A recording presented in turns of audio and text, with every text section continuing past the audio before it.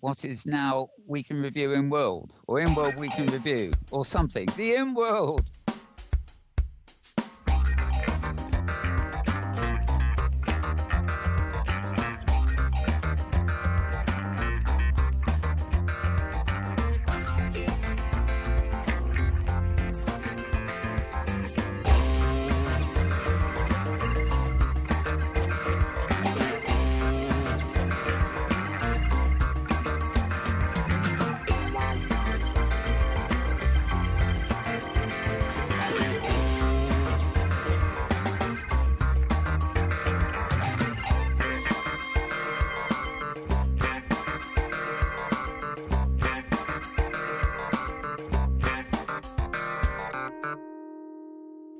Yay! Here we are again, my friends. Inworld Review. It's Sunday night, and every second and fourth Sunday, of course, we have Inworld Review, and it's a challenge sometimes for us all to be able to be here together and make everything work. But I think we've achieved it once again. So I'd like to welcome the friends who are here with me. First of all, we have Pet Love Pet Shop. Hello, Pet. How are you? Hello, I'm fine, thank you, and happy to be here. And next to her is James Atloud. Oh, hi, Thurza. Hi, everybody. Oh, my goodness.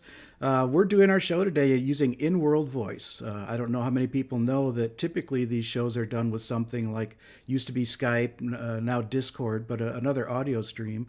But getting this set up to work was something else. Now my concern is, can I return my machine back to normal when I'm done? But I think it's working. No. I think it's working. Thanks, Thurza. You may be stuck in voice for the rest of eternity. Eternity, that's right. And next to me is also our wonderful guest, and that's Jupiter Rowland. Hello, Jupe. How are you doing today? Hello, Thurza. Hello, Pet Love. Hello, James, and hello to the audience. Hello. We're really glad you came along today. Looking forward to hearing your views and your experience of the Fediverse, and also a little bit about the Opensim original mesh bodies, which I know you've been involved a lot in. And we're going to do all that in a little while. But first of all, I think James is going to be showing us the short video that we put out yesterday, which is Hypergrid Happenings. Yep. And so I'll let James do that. All right.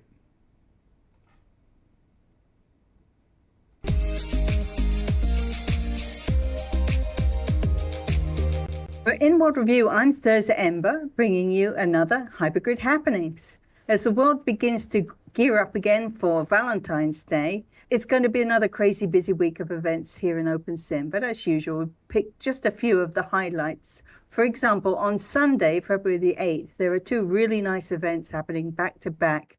At 10 a.m. Second Life time, or that's 7 p.m. in Europe, DJ Leah will be doing a show at the Cube on Ozgrid. If you've never visited, it's a wonderful glass building with a futuristic look that's worth visiting just for the architecture. But DJ Leah's show is all about rubber chickens. So you know there's going to be a lot of laughs as well as some excellent tunes to dance to. That's on Sunday, and equally on Sunday, 1 hour later at 11 a.m. grid time, that's 8 p.m. here in Europe, why not go over to Time Grid and experience the burlesque event? They'll be dancing with tunes chosen by Laura Destiny and Marina Bayer, and there'll also be a little bit of a burlesque performance too, so you'd be crazy to miss that on Sunday. And then on Tuesday, a complete change of pace and a very informative event. This is the third in a series of grid tours on Craft. It's an opportunity to visit the 16th anniversary expo on Sim Jubilee and to get an in-depth view of the work of some of the grid's residents. This time, the emphasis is going to be on better knowing the work of Argentinian artist Tina Bay, Portuguese professor CapCat Ragu, and the friendly folk of the Friendly English chat group. So it looks like being a great mixture of languages, art, and ideas. And by the way, Tuesday is also the deadline if you want to participate with the float in the upcoming Pangea Grid Carnival Parade. People from anywhere in the Hyperverse can join in with a float or truck that promotes their grid. Just make sure you give your vehicle to grid owner Marlon Wayne by this Tuesday, because on Thursday the fun begins with a big party on the Cologne region of Pangaea, starting at 10 a.m. grid time. That's 7 p.m. in most of Europe. This is just the first of a string of carnival parties over there this month, so get your glad rags on and be part of the celebration. And just as a reminder, the addresses of all these places are in the comments section, so you can just copy, paste, and teleport. And if you want, why not leave a comment for us here in YouTube too? So all this, plus, of course, another safari trip this Wednesday at 12 noon grid time. We're visiting Winkstropia and AMV Grid this time, and there's a new episode of Inworld Review on Sunday, when our guest will be Jupiter Rowland, and he'll be telling us all about the Fediverse. So see you around the Hyperverse. And watch out next week, and we'll tell you about some more Hypergrid happenings. Thanks. Yeah, there you go. Can you tell that some of these names are really hard to pronounce for me? Oh, no. Don't you find it? Sometimes a name looks really quite simple because you mostly just see it written down. And then when you have to try and actually pronounce it, good Lord, this is complicated. Well, so many languages. You did a great job. Yeah. Anyway, so just going back over some of the stuff we saw there. First of all, the Cube. I just like to give a shout out to everybody over at the Cube. They're still dancing. There's Leah, Nick the Greek, Chi-Chi, of course, Lilu, and everybody who's been part of it. Emmylou also, Travon, and all the guys over there. It's a really fun place to dance. If you've never been over there, it's got a wonderful neon, futuristic look to it. The colors are beautiful, and it's really fun. Don't look at the reindeer. That's my advice. They will scare you. Oh. But apart from that, everything is just beautiful. And they have a lot of events happening, and that, of course, is over on OS Grid. And then this. Did you guys come to the 16th Expo at all? I think James was there, weren't you, over on Craft Grid? I was. Yeah, I was there for bits and pieces. Yeah. It was amazing. Yeah, and they fit a lot into the Jubilee Expo Center. There, I think it's like 20 or 25 different sims represented there, with different people doing different projects. A lot of them are educators. So, and it was a little confusion running around trying to see everything. So what they decided to do was, since it was impossible to visit all the exhibitions properly in one go, they have split them up into groups of 3, and then they're doing a proper weekly tour of them, of these builds. And this week it's going to be Tina Bay, and then it's CapCat Ragu, who similar to Tina has really got into mesh recently. Oh, okay. Yeah, so, and also CapCat, she teaches at a university in Portugal. I think most people have come across that, and she's got her students involved in a lot of that. So that's going to be really interesting. That's awesome. Yeah, just to see what the imagination of the students comes up with, and then also the Friendly English Chat group, which our friend Tosha Tyran is part of. Right. So they'll be doing a little display of that. And then this is our Safari, which is this game. It's on Winkstropia, and you guys are gamers, I know. So did you play Mario when you were younger? Or maybe yesterday? Oh, yes. Yeah. Yep. How about you, Jupiter? Were you a gamer when you were younger? Jupe? Yeah? Oh, I kind of still am. Yeah. You still are? Yeah. Yes, I remember a few Mario games from years ago. So what Bloom Peters has done, she's taken the concept of the Mario game and she's made a game that's all about Opensim.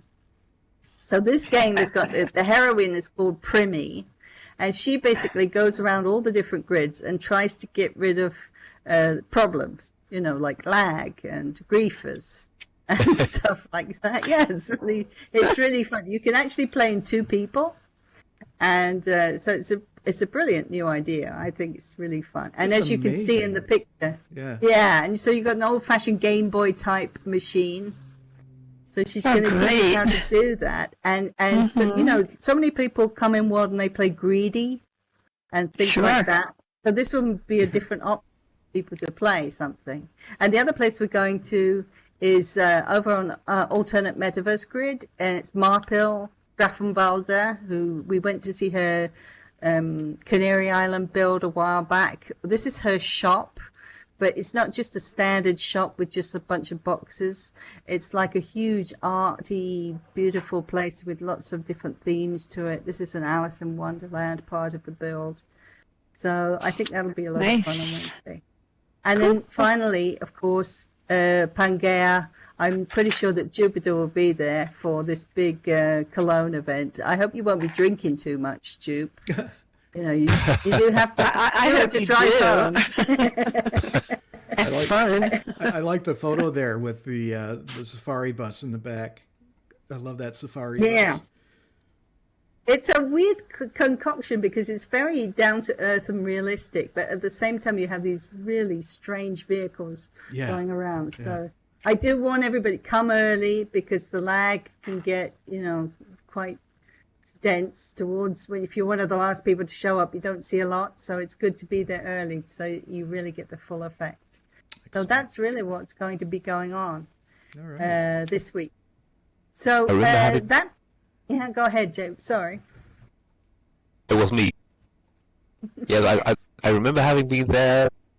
When was it, 1 or 2 years ago? That was when I managed to talk Marlon into adding that cornflakes woodcock car to the Oh, float did parade. you? Is that you?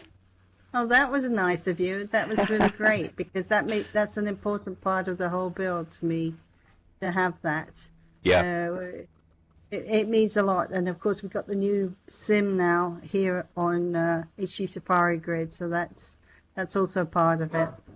So it's a lot of fun. We'd really be interested to hearing more right now about your experience in the Fediverse. But before that, I wonder if you wanted to tell us a little bit about how you came to be an OpenSim. Could you do that? Oh, yeah.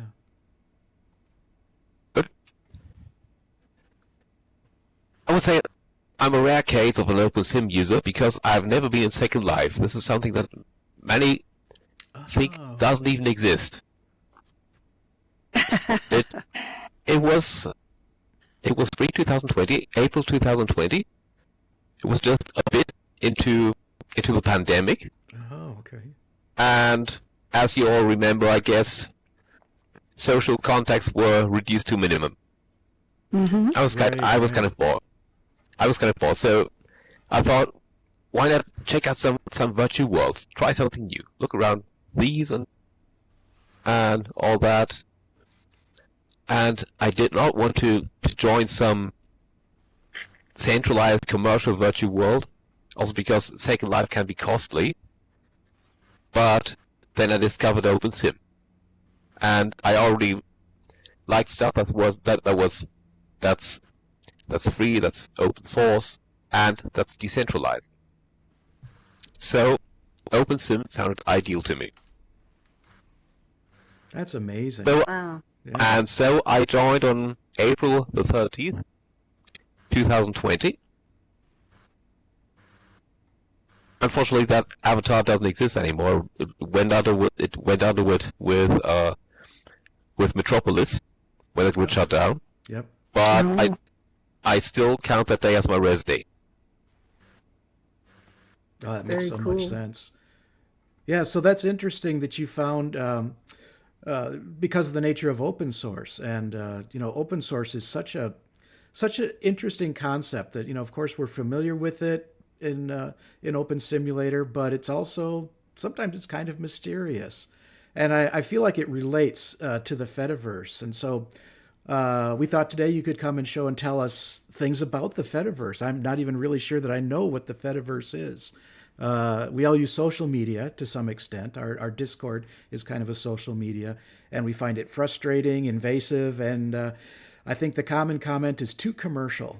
So the idea of an alternative way to keep in contact is really appealing.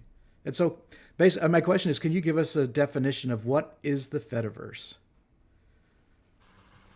Well, first of all, let me say that talking about the Fediverse to Opensim people is kind of easy because I don't have to explain the concept of something being decentralized to you. You already know it from Opensim. True. Mm-hmm. Mm-hmm. The Fediverse is, well, it's a network of various server applications, so to speak, like microblogging services, microblogging applications, social networking applications, and many more actually.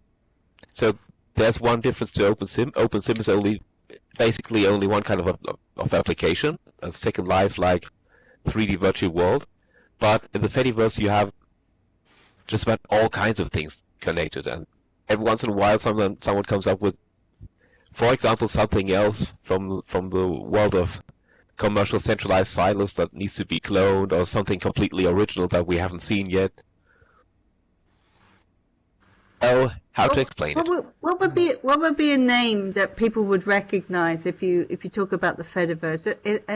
If you talk about commercial social media, people, okay, so you have Facebook, you have Twitter or X now, and so forth. Are there any names of different types of ways to connect that belong to the Fediverse? Of course.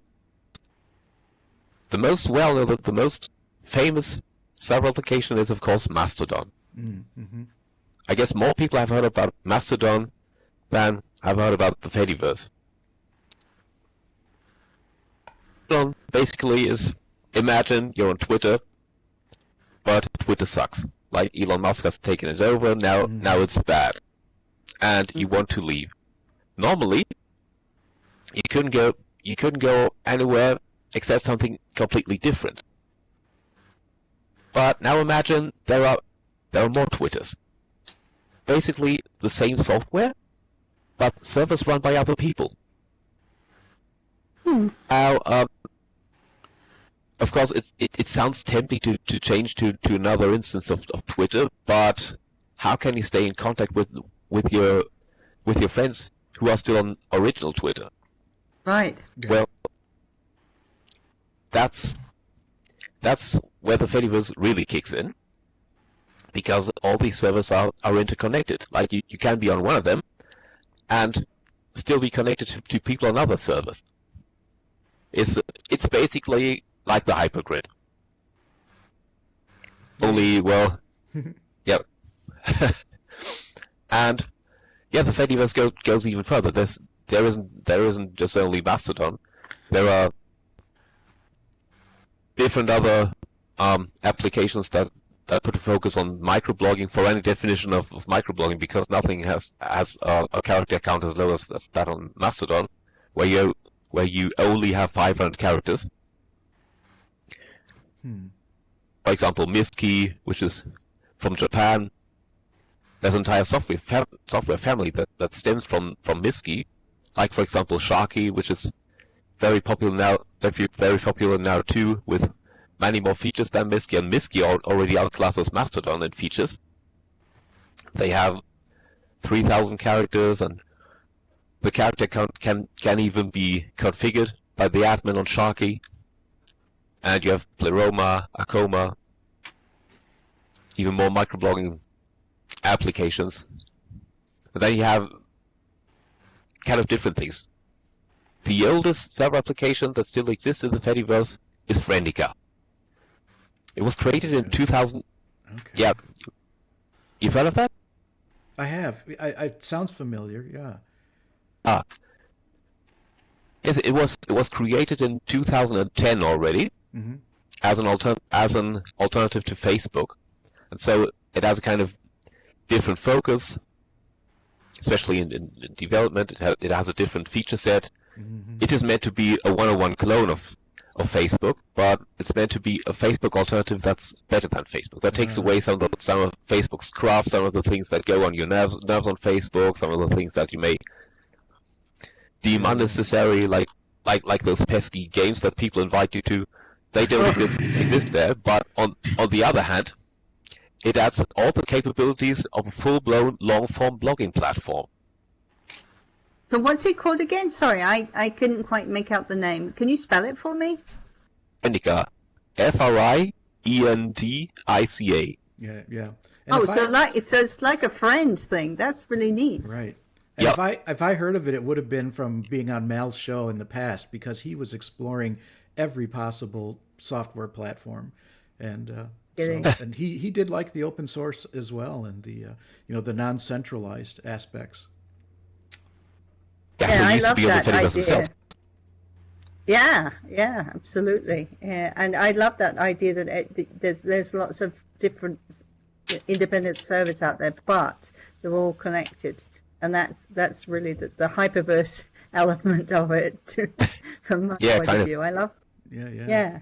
Jupiter, Open Simulator has a core developer group, and then at times there have been like a foundation for Open Simulator. I forget the name, but Justin was kind of the person spearheading that. Does the Fediverse have any kind of organization behind it? Does itself not. Yeah. But there's the WC3, the W3C, of course. Yeah. Which takes care of the activity pub protocol, which the Fediverse is based on. Okay. They have standardized it, and they want to advance it some more now again. But otherwise, there's nothing overarching the entire Fediverse. Interesting. Do you think that's a strength or a weakness? Oh, It's got to be a strength. Because in a sense, yes. Because yeah. in a sense, yes. Because there's no entity that can rule over the entire Fediverse. And the big boys aren't going to like that. Yep. This is of course a point that no one can assume control over that entity, and therefore over the entire Fediverse. Yeah. And besides this keeps the Fediverse from being biased. Yeah, it's awesome. Fantastic. It also is That freedom ring. Yeah. It also avoids the idea of a single point of failure. And talking about video games, I was part of Star Wars Galaxy community, and of course when they shut that down, that was terrible. People were so upset, and when they shut down GeoCities and things, of course when they shut down GeoCities, people fled to Second Life. So and you wouldn't have to worry about things shutting down in that way. Is what I'm imagining for the Fediverse and for Open Simulator. So I wanted to understand. So if you join Mastodon, so how easy is it to find other people in Mastodon, for example? Suppose today I was looking for Pet Love and James on Mastodon, and I didn't. That was the only way I could get hold of them. Is it easy to find people that you're looking for? Is it or groups that you're looking for? What's been your experience anyway? Let's say it isn't really straightforward, but it is doable. But what I think could work, and maybe a kind of dirty hack, but what could work is that you go to mastodon.social, the biggest Mastodon server. It's kind of the OS grid of Mastodon. This is where all the newbies go. And then you go search for some hashtags, and then you see who posts them, who uses them, like, for example, Opensim. And you'll be shown profiles of users as well as posts. Oh, that's why you always tell me I got to put a hashtag HD Safari on everything. I remember you telling me that a long time ago.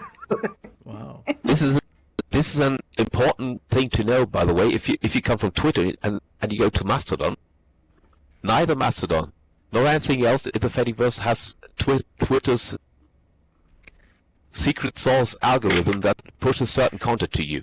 Mhm. So if you want your content to be seen, you have to take care of that yourself. And the best way is by using hashtags. Of course, you shouldn't overuse them,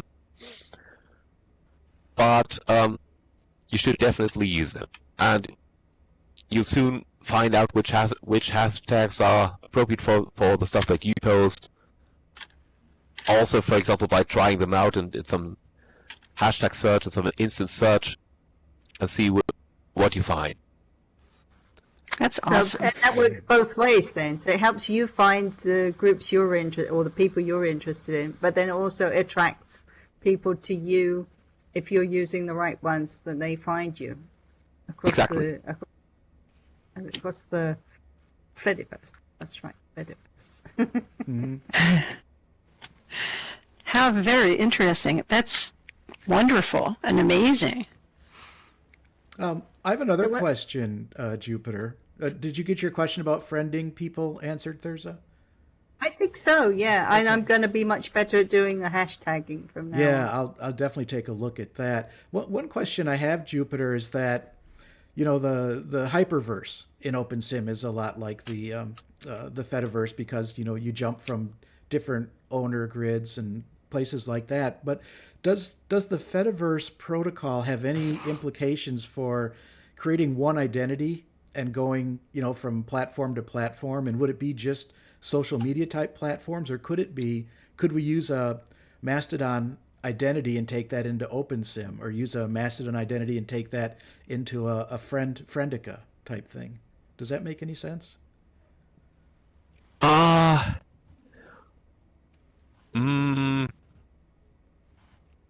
Not really, I would say. I mean, the different applications in the Fediverse are still separated in the sense that you can't use a Mastodon account to use Friendica, for example, or Peertube. Okay. Yep. Yeah, I imagine that'd be But, difficult. Yeah. I think is that such a bad thing? Because it does mean that you can pick and choose where you're known. Well, that's true. Right. And be different people in different places if you want to be. And you have different kinds of yeah. activities too. Yeah. Yes. Everything isn't social all the time. All right. Some people are Yes. trying to accomplish things of all sorts, The Fediverse sounds perfect for that. And of all the different platforms in the Fediverse that you've come across so far, which would you say is number one is your favorite? Which one would you say definitely everybody should have? And which one would you say is more interesting for people who are coming into Opensim and tend to be quite creative usually? So for creative people, which one is the best, would you say? Do you have any ideas? It depends on what you want to do. Mhm. For example, in general, if you're looking for microblogging, I would now suggest Sharkey. But you could also make your own videos, and for that there's Peertube. There are already a few OpenSim users on Peertube, mostly French users. I think there are 2 or 3 of them who use Peertube for their videos. Wow.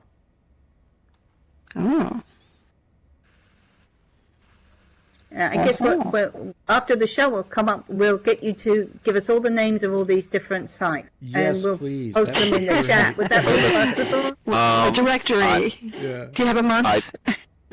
I don't think that's such a good idea, because there are, I think, more than 150 different server applications in the Fediverse, and Well, maybe just the names of them, so that we can at least make a start in finding them. Or Would even that just be the possible, ones, do you think? even the ones we mentioned today, even.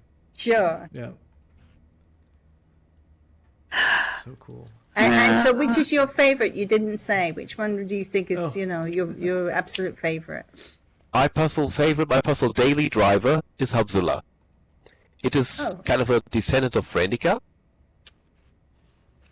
Okay. part of a software family created by the Friendica creator over the years. It's still older than Mastodon, and it's even more powerful than Friendica. It isn't. I wouldn't really say it's easy to use, but I'm so used to Hubzilla that I don't really want to go anywhere else unless I need some special features. Mm-hmm. Wow. So is that something that, so they're quite complicated to use, do you think, compared with, say, Facebook or something? Although Facebook can be incredibly complicated, especially if you're trying to get out of something. Have you noticed that? As soon as you're trying to get out of something, you find yourself in one of those circles of death. Whatever you press, you end up back in the same place. So no, seriously, would you say that the Fediverse type platforms are a little bit more, you have to be a bit more tech savvy to use them, or is it just like Discord or other different kinds of social media in your experience, if you know? I would say that certain tech savviness will certainly help you, but I think if you're an OpenSim, if you can master OpenSim, if you can use OpenSim, then I think you already do have some basic tech savviness. That's true. I mean, this isn't Roblox we're talking about. And stubbornness too. You need stubbornness to be an OpenSim. Okay. That's right. Persistence. That anyway. too. Right. That too. So what do you post about in Mastodon, in Hubzilla? What do you prefer to post about? What's your favorite themes? Can you tell us? Well, my primary topic is, of course, OpenSim, but I don't post about OpenSim that much because I don't have that much to post about. And my secondary topic is in general the Fediverse, especially the Fediverse outside of Mastodon. Mm-hmm. And is that because lots of people who use Mastodon don't know about these other platforms? Is that the reasoning? Yes. Interestingly, my most popular post by far, that was I think 3 years ago or something, was a post about features that Mastodon users request for quotation marks the Fediverse, which already exists in the Fediverse, but they don't know that they already exist in the Fediverse because they don't know anything about the Fediverse beyond Mastodon. Right. It was boosted so many times, and I got so many likes for that I think I must have hit some nerve. Yeah.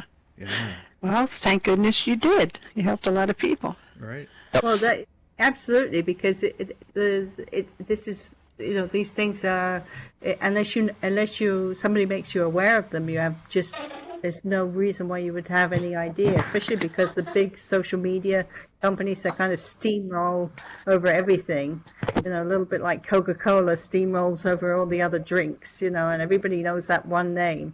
And so the same thing, I guess, happens with social media. People think if I'm going to be on it, I have to be on one of these big famous Facebook. names. But, Yeah. Right. Yes. But clearly not so.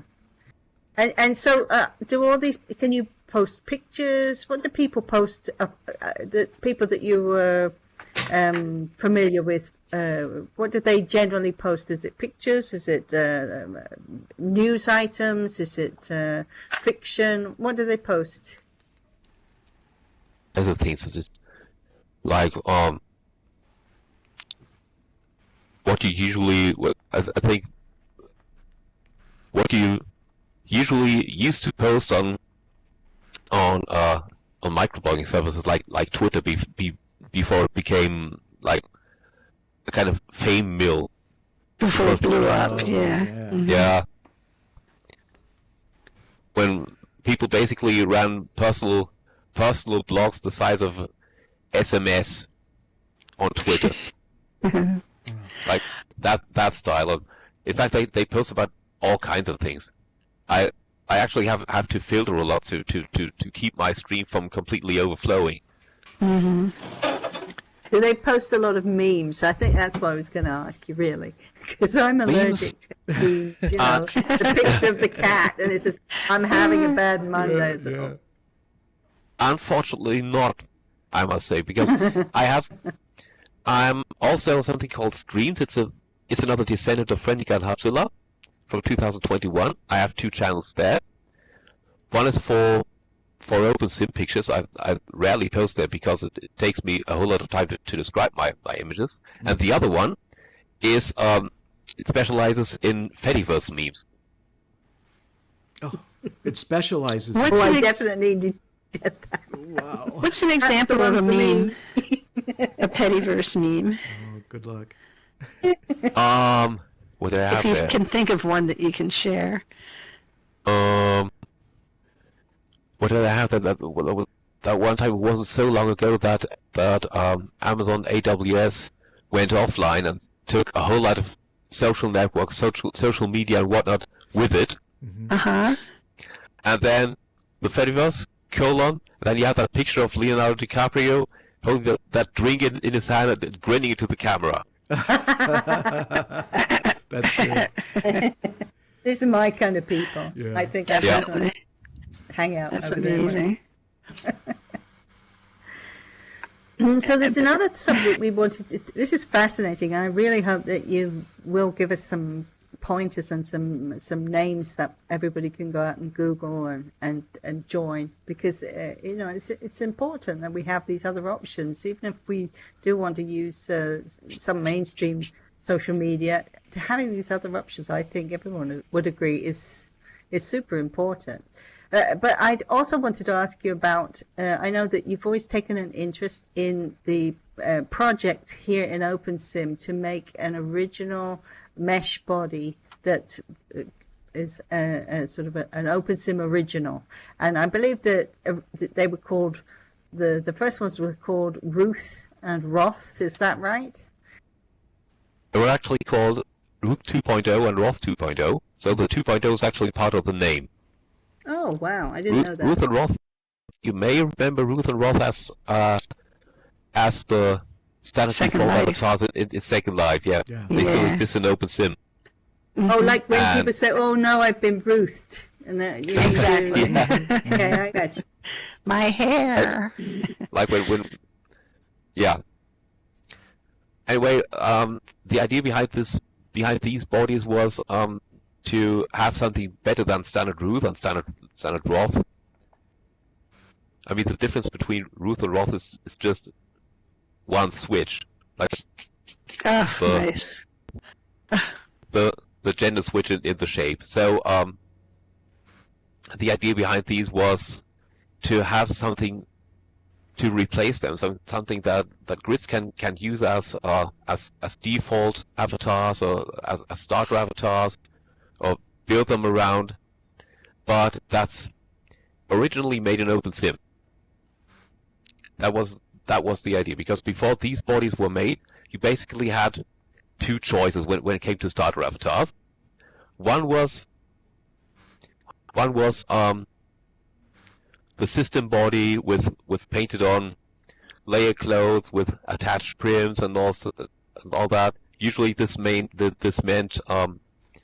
Linda Kelly standard avatars, because, well, grid owners tend to be lazy and tend to avoid gathering like clothes and making their own starter avatars if they are so outdated. And the other option was to take a stolen Second Life body, stolen Second Life hair, stolen Second Life skin, stolen Second Life everything, which of course would make some grid owners not look that good if they give out all that stolen material to new And users in their default avatars.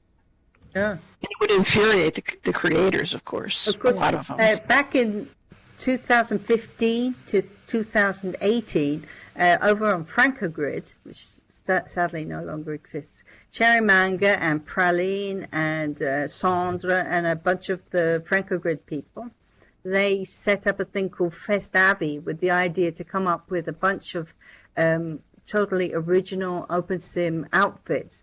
But and some of them, you still see them around today, but they tended to be quite artistic, outlandish, and not everybody, although that's a very nice style in a way, not everybody wants to have that look. They want to look more like real people, or as near real people as people in World look. Yeah. And so, yeah, I can see why that would really be necessary. But did the project not change over to, I think I heard or saw written that somebody came up with Max and Maxine. Is that a project too? Do you know what is going on with that project at all? Meant to be the successor of Ruth 2 and Roth 2. Mm-hmm. And it was the mind behind this project. The project is called Max, by the way. Oh, okay. The project is called Max, and it was launched by Ada Radius, because she is now responsible for all things 3D, all things mesh in the Ruth and Roth project.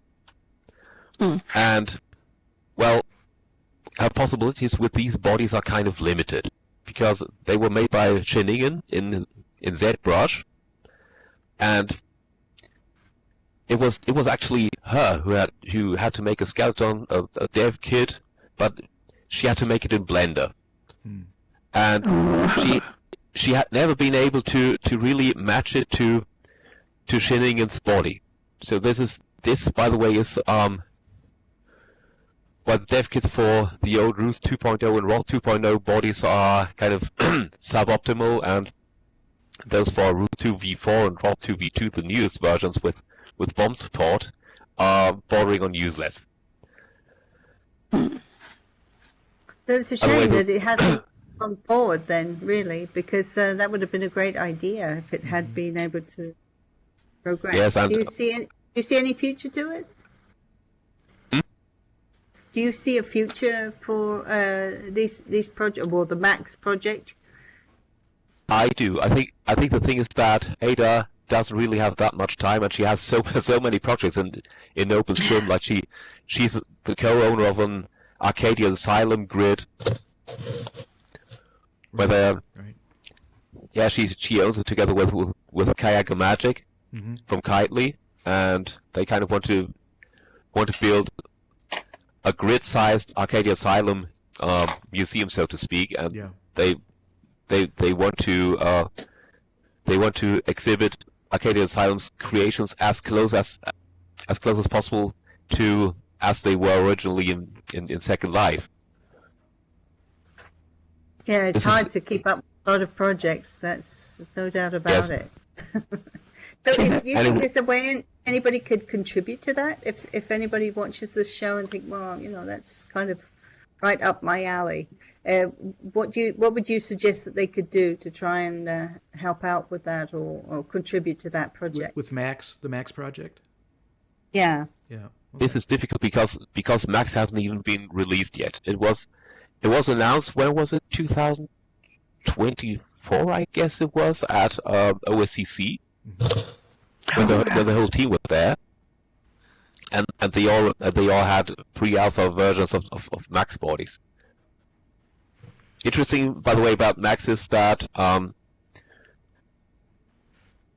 there's planned to be a female version, Maxine, and a male version, Maxwell, but they are planned to be largely based on the same mesh, with, I think, a few differences at most, but it's largely planned to be the same mesh, which of course brings some interesting possibilities with itself, namely that you can make rigged mesh clothes for both men and women. At least certain rigged mesh clothes, like for example thigh-high stockings, which you can, which female avatars could be able to wear sincerely, and male mesh avatars could be able to wear as programming socks. So finally, James could be wearing his thigh-high mesh stockings when he comes on safari. That's right. With his Crocs. Oh my. Something to look forward to. If he so dares, yes. Right. Well, getting back to contributions, what could be done? The thing is, there isn't really happening much in this project, because Ada doesn't have that much time, and Ruth 2 and Roth 2, there isn't much happening there either. I think as long as Max isn't out yet, if you really want to do something, and you know how to work 3D, you know how to use Blender, for example, then you could take a look at Ruth 2 and Roth 2 and see if you can fix something about the meshes, especially about the UV mapping. Because especially Root 2 has some glaring bugs in the UV mapping, which is kind of a pity. So it sounds like there's plenty of work out there for whoever wants to get involved. I mean, that is really quite exciting to know that there are projects out there that, are available for people to pick up and have a go at. And it's really exciting. Well, this has been wonderful. Jude, we're so glad you came along and told us these very interesting things. I wanted to ask James and Petlove, do you have any more questions for Jupiter? Oh gosh, I have so many questions. So many. Right. And the whole topic of, the things we're using here from Second Life, I don't dare to look at myself, but I do have a system head, so I feel okay with that. But yeah. At least you look like yourself. Right. Which is quite unlike those avatars that kind of change 2 or 3 times a year. Right. Just because they constantly have to switch to the newest and hottest stuff from SL. Yeah, that's very true. Yeah, Petlove, anything for you? Oh. Must have caught her off guard. I think he's speechless. Yeah. I'm sorry, I was on mute because I was making all these little noises here because I'm at my desk. I want to thank you very much, Jude, for opening my eyes, because I think Fediverse is the most interesting thing that's come down the pike in a year or two in virtual worlds for me. It just shows a whole nother aspect of people being people and finding new ways to do what we do, where we want to do it, and how we want to do it before big business takes it over and tries to make money out of it. Yeah. Good luck, and hope everything works out well for all of us through that. That's really cool. Yeah. That's all I got. So we're going to move on right now, and maybe we'll get James to play us another video, just like the Hypergrid Happenings one. This one is Inworld News and Views. Right. Virtual news. Okay. Apologize. All Get the right. name wrong. Here we go. What?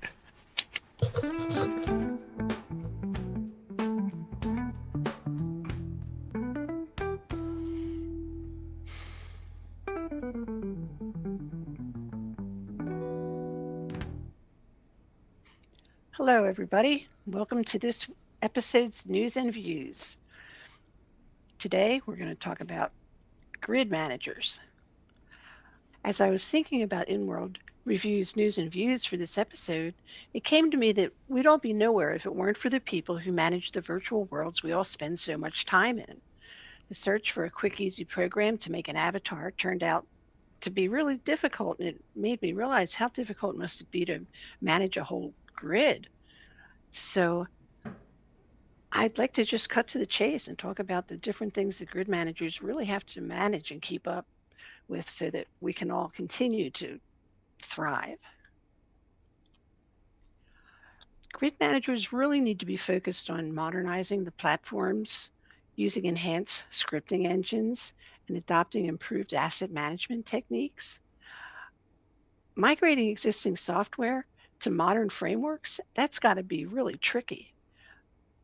The dovetailing must be so complicated, I can't even begin to imagine.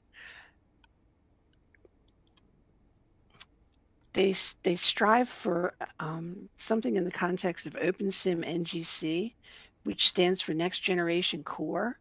And it boils down to stability, high performance, and a flexible platform that is sufficiently future focused to roll with the punches, as it were, as technology evolves. They have to keep up with upgrades and improvements, scripting and sim stability. They're essential, and everybody goes crazy when this stuff doesn't work.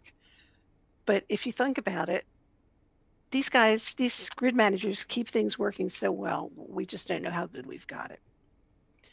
Scripting includes everything from a user's point of view. While we may take sim stability and beauty and entertainment value for granted, again, we really don't like it if our inventory gets scrambled or we can't get to some URL. So Be sure to thank your local sim administration teams whenever you can and however you can. They keep everything running as smoothly as possible for us all. And I think they deserve a lot of praise. As recent updates arrive, like PBR, animated NPCs, our worlds are enriched, and we have the grid managers to thank for it. The tools vary depending on whether or not the grid offers a specialized environment, different gaming capabilities. But when all is said and done, we just wouldn't be here without the hardworking and dedicated teams. So be kind to your local grid managers. A little love goes a long way. And thank you for being here.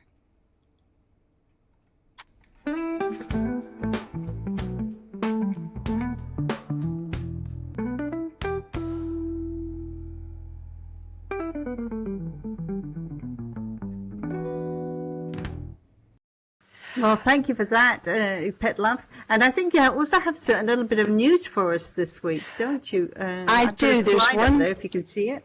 Yeah. One other item, Maze of the Mind. Yes. The Prince of Amor has come up with an improvement. He owns the Maze Grid, and he did some work on the Firestorm viewer and told us the following. He said Firestorm is not open source again until 7.3. So he used an older build of an Aperture viewer using AI, and he achieved a newish build. He downloaded all the libraries, about 100 of them, one at a time till he had them all. Then he merged the current Firestorm Git with it all and used visual code and codecs. I'm not sure what that means. Kudos to him, definitely. Absolutely. It succeeded. He succeeded in making the Aperture fork up to date with Firestorm. So he worked on it, hacked away at it.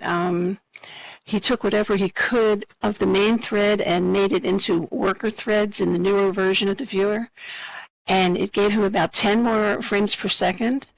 He finds that mirrors are less laggy, and he added things like the ability to download terrain as a GLB file for editing in Blender, which you apparently couldn't do before, and he redid the texture picker.